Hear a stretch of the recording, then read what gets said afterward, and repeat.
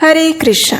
भाद्रपद मास में आती है एक अत्यंत विशेष एकादशी तिथि जो भगवान श्री विष्णु को अत्यंत प्रिय है और इस एकादशी का नाम है अजा एकादशी। इस तिथि को अन्नदा एकादशी के नाम से भी जाना जाता है। तो चलिए चातुर्मास की इस अत्यंत पवित्र और परम मंगलमयी अजा एकादशी की कथा का श्रवण करते हैं। एक समय युधिष्ठिर महाराज ने भगवान श्री कृष्ण से कहा, हे द्वारिकानाथ, कृपया अब आप मुझे भाद्रपद मास के कृष्ण पक्ष की एकादशी तिथि के बारे में बताइए। इसका नाम क्या है, इसका पालन कैसे करना है और क्या प्राचीन काल में किसी ने इसका पालन करके पुण्य अर्जित किया था? तो इसका उत्तर देते हुए भगवान श्री कृष्ण कहते हैं, हे राजन, भाद्रपद मास के कृष्ण पक्ष में आने वाली एकादशी का नाम है अजा एकादशी। इस एकादशी व्रत करने से सभी पाप नष्ट हो जाते हैं। जो मनुष्य इस एकादशी तिथि के दिन पूर्ण श्रद्धा और भक्ति भाव से भगवान श्री केशव की पूजा करके उन्हें अपना ये व्रत अर्पित करता है, उसके पूर्व और वर्तमान जन्म के सभी पापों का नाश हो जाता है। और इस विषय में एक प्राचीन इतिहास भी आता है, ध्यान पूर्वक सुनो। बहुत समय पहले हरिश्चंद्र नाम के एक चक्रवर्ती राजा राज्य करते थे। वे अत्यंत वीर, प्रतापी और सत्यवादी थे। उन्होंने किसी अज्ञात कर्म या फिर प्रतिज्ञा के कारण अपने राज्य को त्याग दिया था। संयोग ऐसे बन गए कि उन्हें अपनी स्त्री यानी कि पत्नी और अपने पुत्र को भी त्यागना पड़ा और उन्हें स्वयं एक चांडाल के घर पर सेवक बनकर रहना पड़ा। वे चांडाल के घर पर रहकर भी कर के रूप में मृत्यु के समय उड़ाया जाने वाला वस्त्र आदि लेने का काम करते थे। लेकिन इतने आपत्ति के समय में भी उन्होंने कभी भी सत्य को नहीं त्यागा था। वे सत्यवादी थे।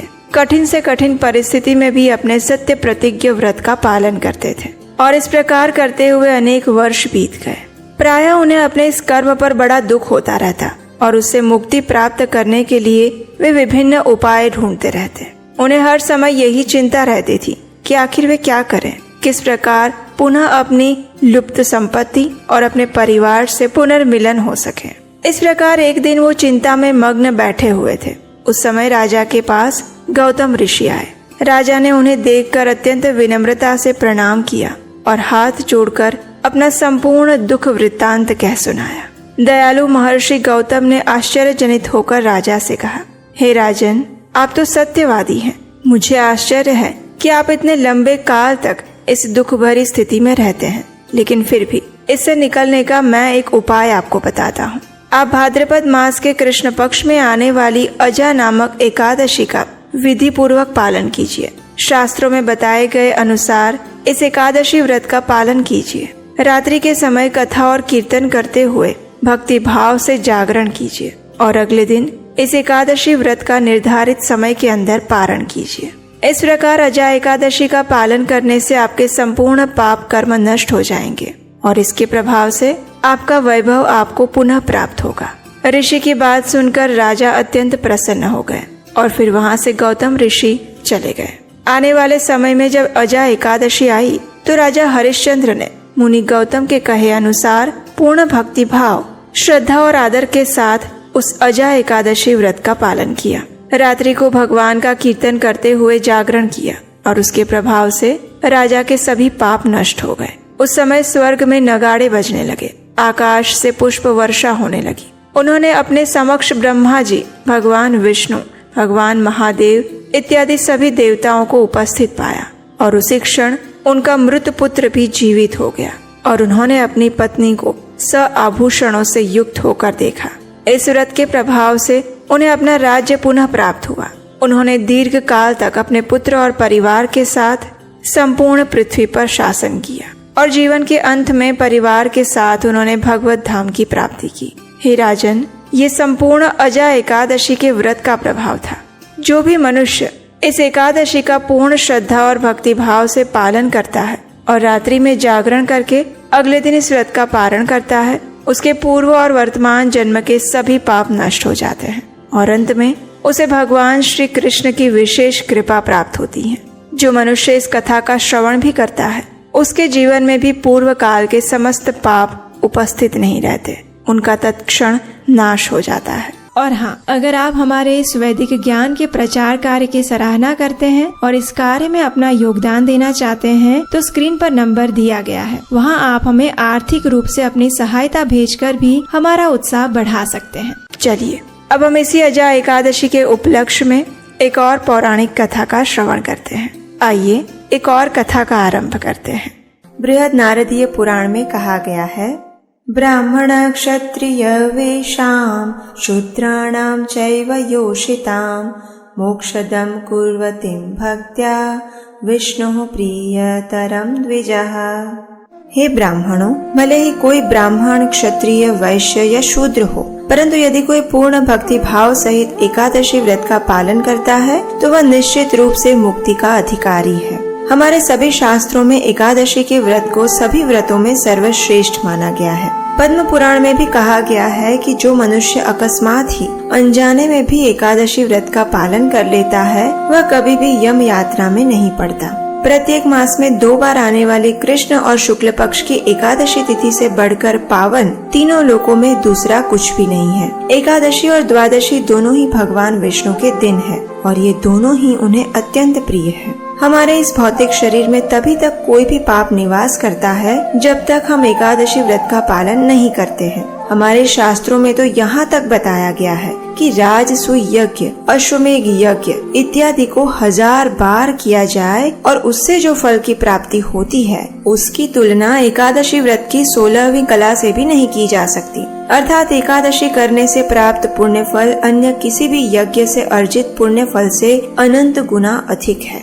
प्रत्येक मास में 2 पक्ष होते हैं, कृष्ण पक्ष और शुक्ल पक्ष। इन दोनों पक्षों के 11वें दिन को एकादशी कहते हैं और इस तिथि का महात्म्य दर्शाते हुए पद्म पुराण में ये भी बताया गया है कि प्रत्येक मनुष्य अपने 11 इंद्रियों द्वारा प्रतिक्षण अनेक पाप कार्य करता रहता है और इन 11 इंद्रियों के द्वारा किए गए ये सभी पाप कर्म इसी एकादशी व्रत का पालन करने से तुरंत भस्म हो जाते हैं। जब भी कोई व्यक्ति एकादशी के दिन उपवास करता है और फिर रात्रि में जागरण करके श्री हरि के पवित्र नामों का जप, कीर्तन और कथा श्रवण करता है तो वह मनुष्य अपने पितृकुल, मातृकुल तथा पत्नी कुल की 10-10 पूर्व पीढ़ियों का निश्चय ही उद्धार कर देता है। ये एकादशी तिथि हमारी आध्यात्मिक उन्नति के साथ साथ हमारे शरीर को भी निरोगी बनाती है। अब देखिए, कई बार लोग इस एकादशी व्रत को साधारण समझ लेते हैं और उनको लगता है कि बस इस दिन भगवान की पूजा कर ली या उपवास कर लिया तो हमारा काम समाप्त हो गया, फिर हम भगवान से हर प्रकार की सुख समृद्धि की याचना कर सकते हैं। लेकिन इस विषय में श्रील प्रभुपाद जी के जीवन से बड़ा ही सुंदर प्रसंग प्राप्त होता है। एक समय श्रील प्रभुपाद के एक शिष्य थे। उनका प्रतिदिन का नियम होता था कि वे प्रभुपाद के साथ सुबह की सैर पर जाते थे और जब भी प्रभुपाद सुबह सैर करने निकलते तो वे अपने साथ आए हुए शिष्यों को कृष्ण भावनामृत के विषय में और गहरे चिंतन बताते और उनके प्रश्नों का उत्तर देते। एक समय ऐसे ही श्रील प्रभुपाद अपने कुछ शिष्यों के साथ सैर करने निकले हुए थे। उस समय उनके एक शिष्य ने प्रभुपाद से पूछा, प्रभुपाद, क्या एकादशी शुभ है या अशुभ? कहने का अर्थ है कि क्या हम एकादशी का उपवास या उस दिन निर्धारित कर्म इसलिए करते हैं क्योंकि उस दिन नक्षत्रीय स्थिति अमांगलिक होती है, और क्या हम जब इस व्रत का पालन करते हैं तो इससे इन अमांगलिक नक्षत्रों के प्रभाव को हम प्रभावहीन बनाना चाहते हैं, या फिर एकादशी का पालन करना ही शुभ होता है इसलिए हम उसका पालन करते हैं? और अगर ये एकादशी शुभ होती है तो फिर हम व्रत और इसी प्रकार के अन्य कार्य क्यों नहीं करते हैं? इतने सारे प्रश्नों की वर्षा सुनकर प्रभुपाद ने अपने शिष्य को समझाया। एकादशी अत्यंत शुभ दिन है। इस दिन व्यक्ति को उपवास करना चाहिए। उपवास शब्द उप तथा वास इन 2 शब्दों से मिलकर बनता है। उप का अर्थ है निकट और वास का अर्थ है रहना। इसका अर्थ है कि एकादशी का दिन भगवान के निकट रहने का दिन है।